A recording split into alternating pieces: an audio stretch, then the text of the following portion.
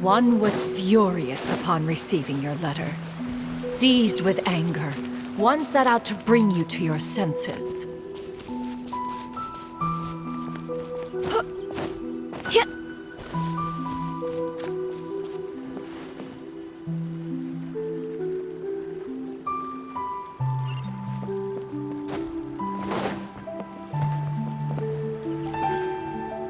In truth, one had more than a few misgivings about your chosen partner. As an exorcist, his talent was lacking. One could hardly say his skill with sigils was any better. But soon, one came to appreciate the devotion he bestowed upon you during your illness. He never uttered a complaint and rarely left your side. Unwilling to begrudge someone of such character, one decided to overlook his aforementioned deficiencies, glaring though they may have been. Wishing to grant you a life without regrets, one gathered many divine ingredients and used one's own blood to create a form of medicine. Though imperfect, it managed to suppress the more dire effects of your illness. As for how to deliver the medicine, after much contemplation, one eventually decided to perform the deed oneself. One took great care to alter one's features and select the appropriate attire. Only after meticulous scrutiny did one finally set out for Wangshu Inn. As one expected, you were most ignorant of one's true identity. You showed not even the slightest inkling of recognition. One was quite torn. Should one have celebrated the success of one's disguise, or mourn the loss of your acquaintance?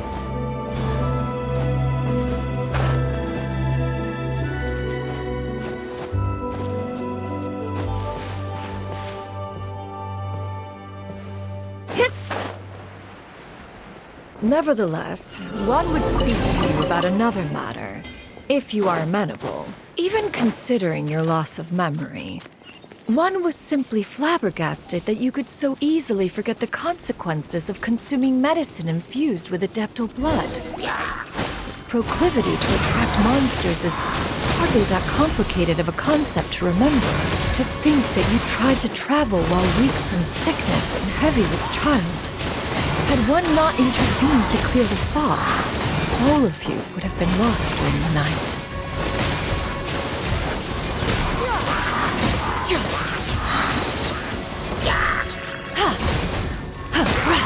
Stray clouds converge!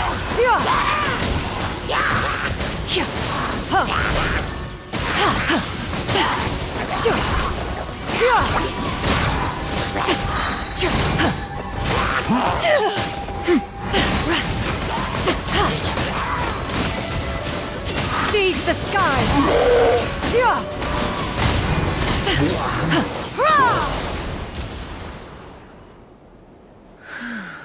Those monsters would hardly have pursued you with such ferocity without sufficient incentive. They were likely incited by the presence of godly remains. Said godly remains, in turn, were likely drawn to the trace of one scent on your body. One was, after all, an active participant in the Archon War. Some of the gods were likely shattered by contraptions of one's very making. In the end, one was relieved to see you endure through the night. At the break of dawn, one heard an infant's cry pierce through the air, and one saw you carefully cradle the child to your chest. Although certain mortal matters remain foreign to me, one could not help but be moved by your joy. To see you happy, that was more than enough.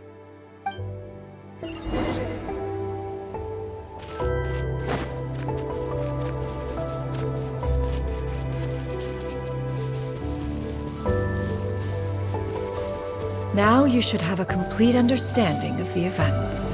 Wait! But if that's true, then the crane who took care of me when I was sick must also be... Ah, one had almost neglected to recount the absurdities of that tale.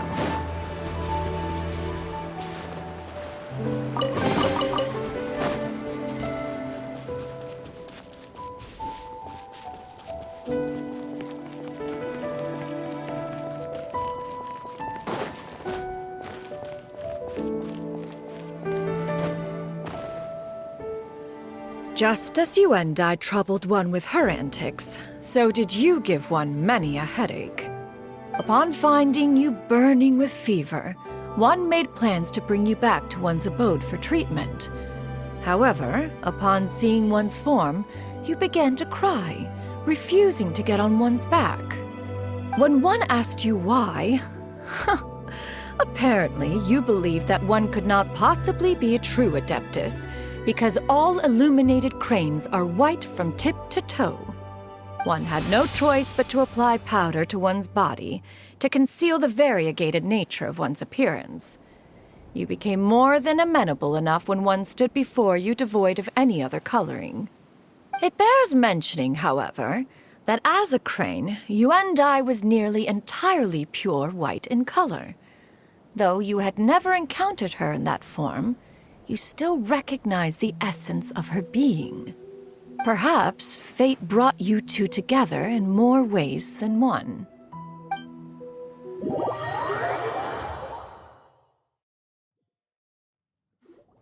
Now all has been revealed. One owes you an apology, you and I.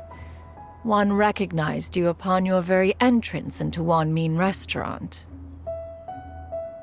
One has always viewed you as a disciple of equal standing with Ganyu and Shenhe.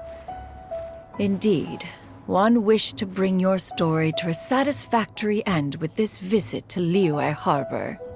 Still, one could not reveal your identity right away.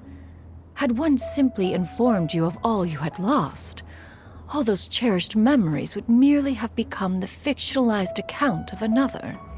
Memories are most meaningful when recalled by those who lived through them. Would you not agree? Even if the process was painful and arduous to experience. Have you any further inquiries? Master, I must ask.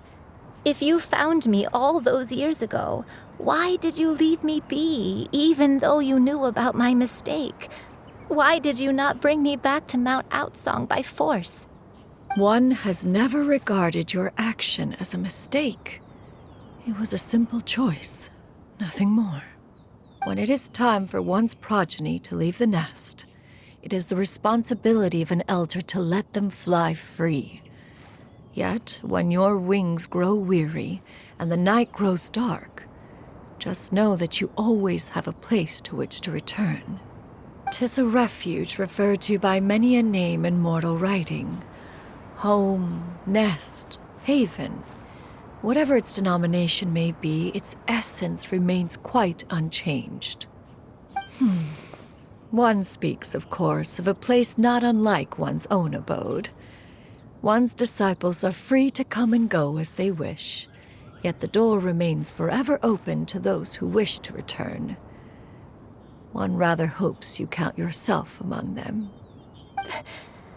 Thank you. Thank you so much. You and I. One expects you too have sensed the rapid deterioration of your condition as of late, have you not? 40 years ago, you chose a path without a future. Though one used one's own blood to provide you with a few decades of extra time, it merely delayed the inevitable. One may have extended the path, yet one was unable to alter its final destination. Even the power of an adeptus has its limits. Had your condition continued to deteriorate, you would have forgotten your life as a human entirely. In the end, you would have turned into a creature lacking in the ability to even comprehend its own monstrousness. Fortunately, you were able to avoid that scenario by reclaiming your memories. Though one sped the process along by providing some guidance, the result is entirely a reflection of your own effort. So, what's gonna happen to Granny? One will help her reclaim her original form as a wild crane. If it be fated, she may recover her sentience one day. She's gotta go back to being a regular crane, huh? Master, you've already done more than enough for me. I don't know how I could possibly repay your kindness. This is a better result than I could have ever hoped for. How much time do I have left? Not long. The transformation is imminent. Granny, please don't leave, okay?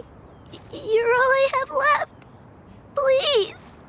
Don't be sad, dear child. Granny has led a wonderful life. My only regret is having to leave you behind. Don't forget to eat well, okay? A growing young lady like yourself needs lots of good food to grow big and strong. Promise Granny you'll take good care of yourself when I'm gone. I promise, Granny. I'll do whatever you say. Good girl, good girl. Don't worry. It's not goodbye forever. Granny's gonna become the most formidable crane in all of Mount Outsung. Granny will train day and night. I won't stop until I can turn into a human without having to rely on anything but my own power. When that day comes, we'll be able to live together again. You and I. How's that sound? Good. That's a good girl. Even though we won't see each other for a little while, as long as we both work hard, we're sure to meet again someday. I'll eat well, Granny. I promise. And I'll wait for you, no matter how long it takes. I'll wait for you to come back. That's a good girl. Then Granny really has no more regrets. I'm so sorry, Master. Thank you for everything.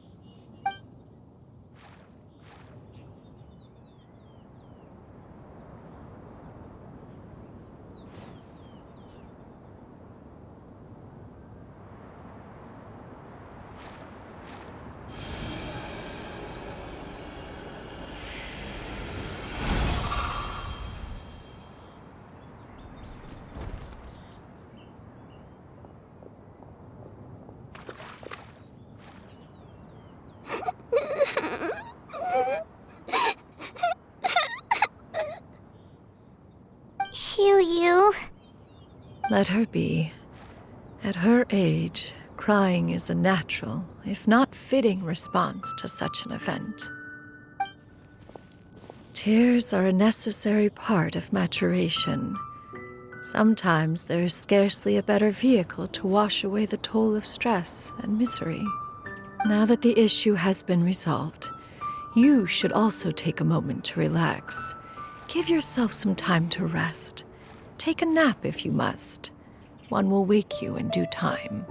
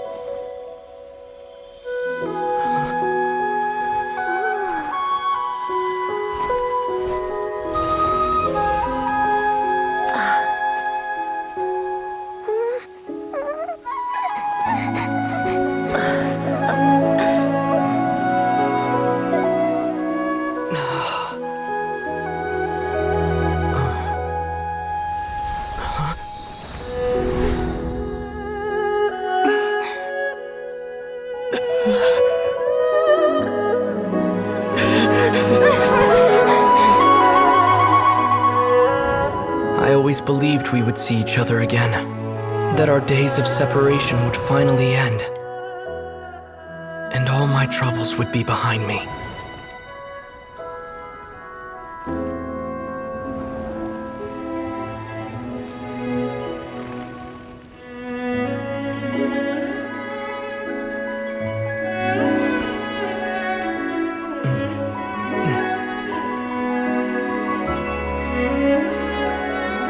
If only things could stay this way forever.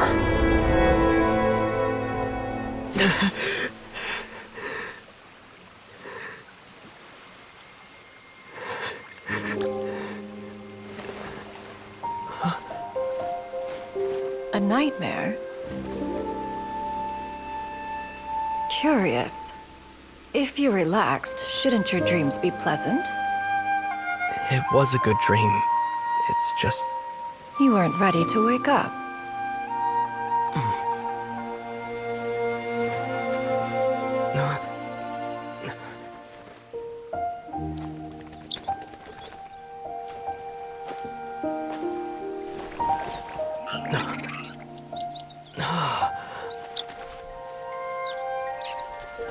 Eloquent as one may be, words of comfort are not one's strong suit. You are doing all you can. One can see your strength of will, your fearlessness in the face of danger. And so, whatever your dream may be, one believes that you shall achieve it.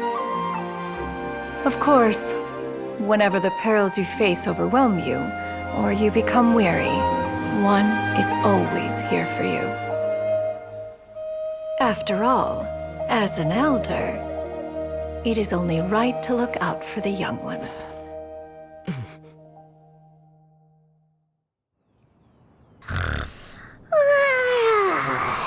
Grilled chicken drumsticks. Huh?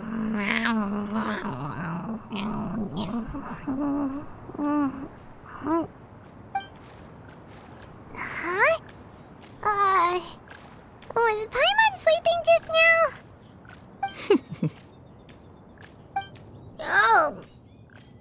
Oh, Paimon wasn't talking to you. Paimon had a dream about eating grilled chicken drumsticks, that's all. Madam Adeptus? Oh, Shuyu, you're awake. How do you feel? I feel a little better. Thanks. I know I'll see Granny again someday, so I don't feel so sad anymore. Madam Adeptus, could I, ask you something? Would you take me in as a disciple? Oh, and have you reasons for this sudden interest? I know Granny thought what she did back then was wrong. She felt really bad about it. But without that mistake, I would have never been born. Even though Granny lost her memories, she never forgot to show me how much she loved me. So, I thought maybe one day I could become a cool adeptus like you and help a whole bunch of people, just like Granny wanted to do. Upon some reflection, one supposes you are no mere mortal. The fact that Yuendai's blood flows through your veins is proof enough of that. If this is what you desire, one shall make it so. Thank you so much, Madam Adeptus. No, I mean, Master. Chuyu, are you sure about this? Paimon's gonna let you in on a little secret. We've seen Cloud Retainer's 2 other disciples, and they pretty much eat nothing but bitter herbs like Genshin and violet grass.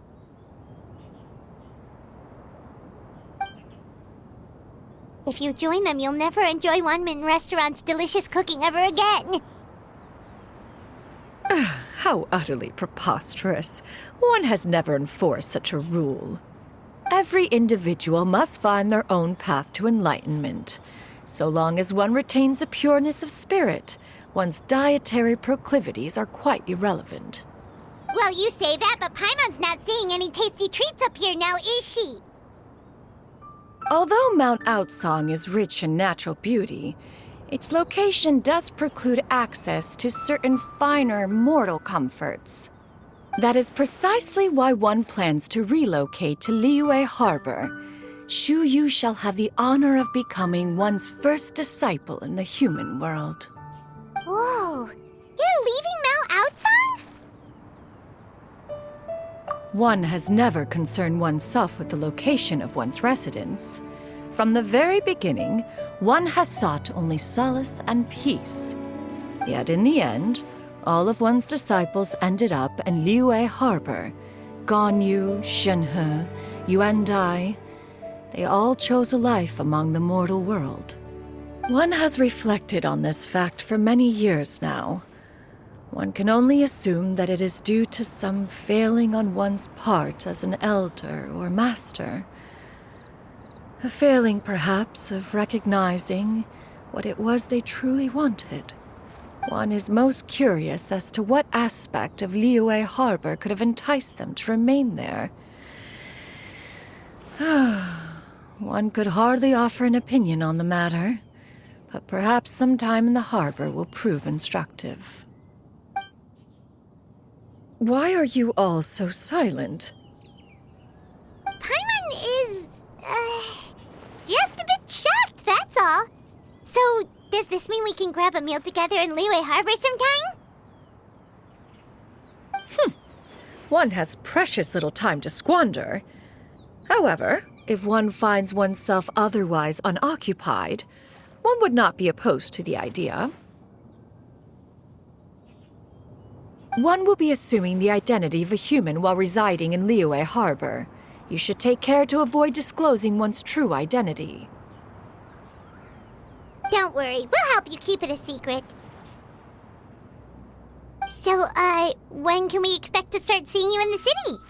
Perhaps in 2 days' time. One has some matters to see to before one's departure. Preparation is the key to success, after all. One plans to put up various items from one's collection for sale. The earnings should provide for a comfortable living in Liyue Harbor. One has already picked out a handsome property near Chuhu Rock. 'Tis no small purchase, but what is mortal life if not one expense after another? Seems like you've really thought of everything.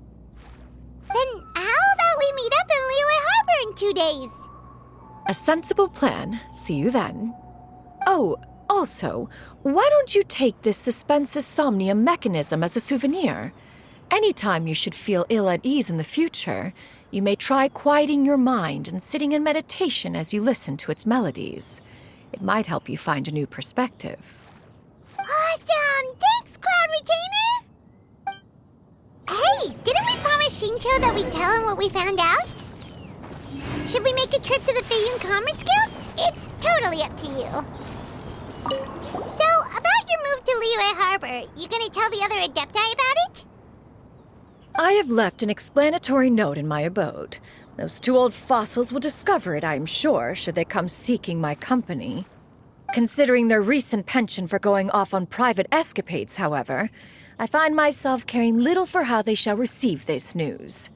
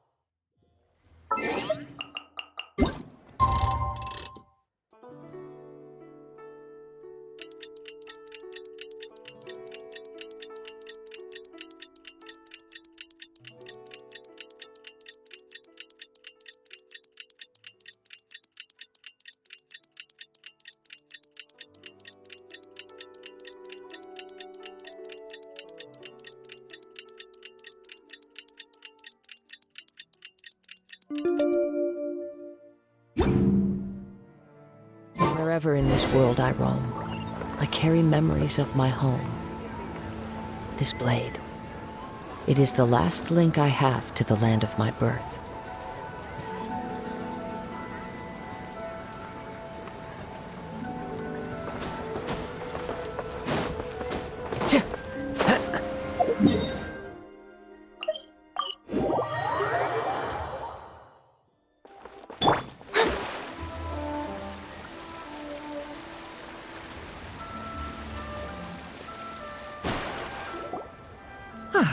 Your concerns are excessive and unfounded. This is but a simple collection of ordinary valuables. Such intense scrutiny is hardly necessary. To be quite honest, your insistence on that fact is my primary cause for concern. In what way are any of these ordinary? Every single item here could be worth more than everything I own combined. I simply can't risk shelling out that kind of mora without proper scrutiny. If I'm wrong, I would never be able to earn it back, not even if I worked every single day for the rest of my life. I have to be careful. Yes, you can never be too careful. We're here, Clow. Miss Shenyan, what are you guys arguing about? Ah, perfect timing. This ignoramus is questioning the authenticity of my wares. I'll have you know, these items have remained untouched in my personal collection for several hundred years. To question their legitimacy is pure folly. Several hundred years? Indeed. They're family heirlooms, you see, passed down over many generations, as families are wont to do. Yep, they've definitely been around a while. We can vouch for her on that one. Hear that? Had I not found myself in need of mora, I would scarcely have had the heart to part with them. Indeed, you should consider it an honor to even have the opportunity to behold them with your own eyes. Doubt their authenticity any further, and I may just decide to take them to another buyer. Whoa, please don't go! I apologize for any insult, miss. You see, I know full well that I lack the knowledge to judge the true worth of these items. If you could wait but a moment, I've hired an expert to appraise them for me. He should be here shortly. An expert, you say? Very well. I will wait for a little while longer, then. Traveler, Paimon, this is my new residence. If you have cause to seek my company in the future, this is where you can find me. Master! Oh, it's you two again. Hello. Shoo-you! You got a new outfit! It looks great on you. Mm-hmm. Master made it for me. I like it too. Huh? You know how to make clothes? Do I know how to make clothes?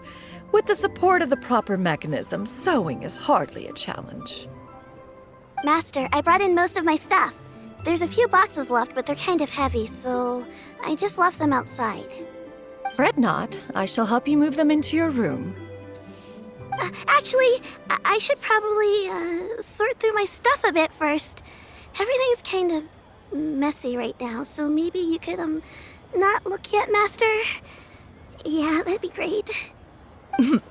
It appears my young apprentice has her own fair share of secrets. No matter. Do what you must, child. Now, this expert you mentioned, when can we expect their arrival? Soon. Ah, there he is! Here, allow me to make some introductions. This is Mr. Zhongli, a well-respected consultant at Wangshang Funeral Parlor and an expert in all manner of valuables and antiques. Mr. Zhongli, this is Miss Shenyun. She's the one who's looking to sell the collection of valuables I mentioned earlier. Huh.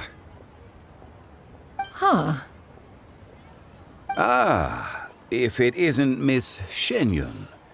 It has been quite some time since our last meeting. What a serendipitous reunion.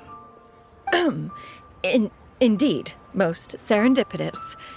Have you been faring well as of late, Mr. Zhongli? Quite well, thank you. I was fortunate enough over the past few days to enjoy both a stroll in the mountains and a fresh brew of tea from the most recent harvest. The experiences left me with such insight and peace. Huh. So you two are already acquainted? Indeed. How fortunate we are that fate has brought us together again. If you are otherwise unaware, allow me to inform you that Miss Shenyun is a well-regarded collector and appraiser. She is well-versed in all fields and oft-celebrated for her impeccable taste. You stand to gain much from this opportunity. You are too kind, Mr. Zhongli. True collectors pride themselves on their wealth of knowledge and eye for detail. I can say without a doubt that you are foremost in that regard. Why, you flatter me, Miss Shenyun. It would seem that you are as self-effacing as ever. Not at all, Mr. Zhongli. Not at all. While I am loath to butt into this conversation, I must ask, you two already knew each other, and you seem to have quite a cordial relationship. Can I be certain that you're not working together to swindle me? I mean, you never know. A preposterous accusation. The heavens themselves would collapse before we would conspire to do such a thing. Miss Shenyun speaks the truth. Contracts are built on honesty and trust. If that proves to be beyond your capabilities in this instance, this transaction may be taken elsewhere. Say no more. Let us depart. I jest. What fool would still harbor doubts after Mr. Zhongli himself has vouched for the goods? Miss Shenyun, wait!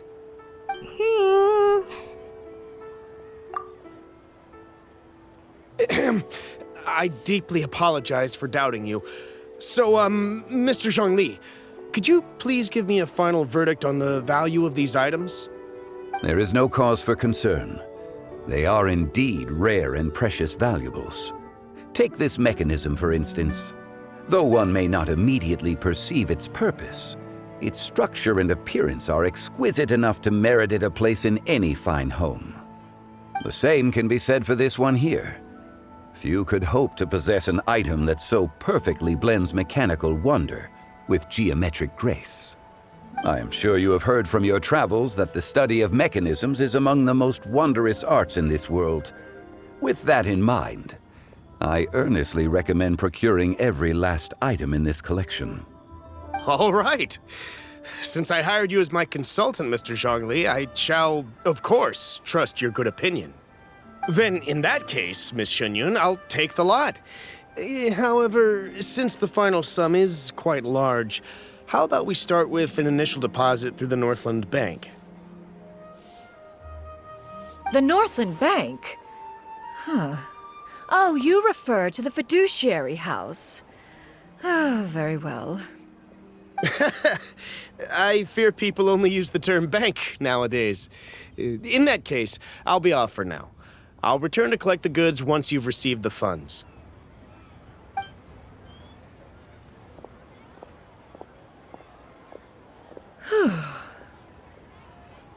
Zhongli!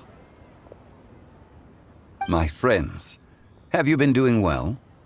We've been great! How about you? Paimon didn't know you were such a busy consultant!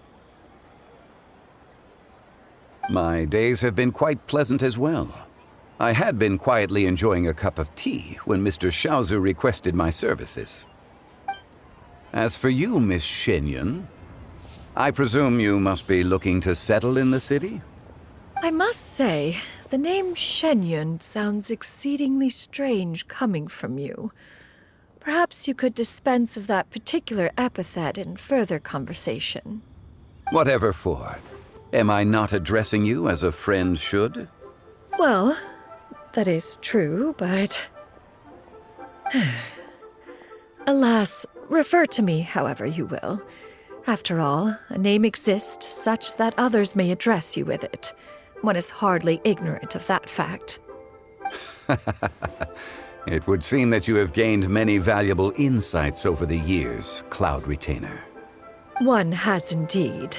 One's previous days were all brief. Now that one has made up one's mind to move and settle, one has gained a much better appreciation of the hubbub and commotion of the city, as well as the people's hard work and ardor. This city is much changed from how it was more than 1,000 years ago. Not unlike the ocean tides, so too shall the movement of people ebb and flow. From turmoil to peace, enlightenment to aspiration. Human society possesses limitless potential. In another 1,000 years, the scene we witness here may change in ways that are impossible for either of us to imagine. Alright, that's enough reflection for one day. No need to get all sentimental on us. You make a valid point, Paimon. Now that the sale has concluded, what say one plays the host as we try some specialty dishes together? One must profess great interest in trying bamboo shoot soup. Perhaps you have forgotten, Cloud Retainer, but I once tried my hand at that dish. You were at the table on that occasion, so logic dictates that you should have already tried it. Oh? What occasion was this? It was a reunion between friends several centuries ago. Alas, you must have been too preoccupied to secure yourself a portion. Or perhaps our other companions simply availed themselves of faster reflexes on that occasion. Hardly. 'Twas most certainly out of consideration for the others in attendance. In but a moment, one will show you what it means to have a true deftness of hand. It is settled then. Bamboo shoot soup, mora meat, crab roe tofu, triple-layered consommé. We shall enjoy the lot. One has already passed word to Shenhe and Ganyu to make a reservation. It is prime time for them to meet one's newest disciple. Is that agreeable to everyone? It should be a most splendid occasion. Shu Yu, come now, it is time to dine. Ah, this gentleman over here is Mr. Zhongli. He is, A humble employee of Wangsheng Funeral Parlor. Pleased to make your acquaintance. Nice to meet you too, Mr. Zhongli. That should be everyone, right? Let's go! Sounds good. Actually, Master, have you ever tried Adeptus' temptation? I heard it's impossible to stop eating after even just one bite. You know, 'cause it's super tempting and stuff. Is that true? That sounds rather implausible. Although with the right preparation, certain dishes can be too delicious to resist.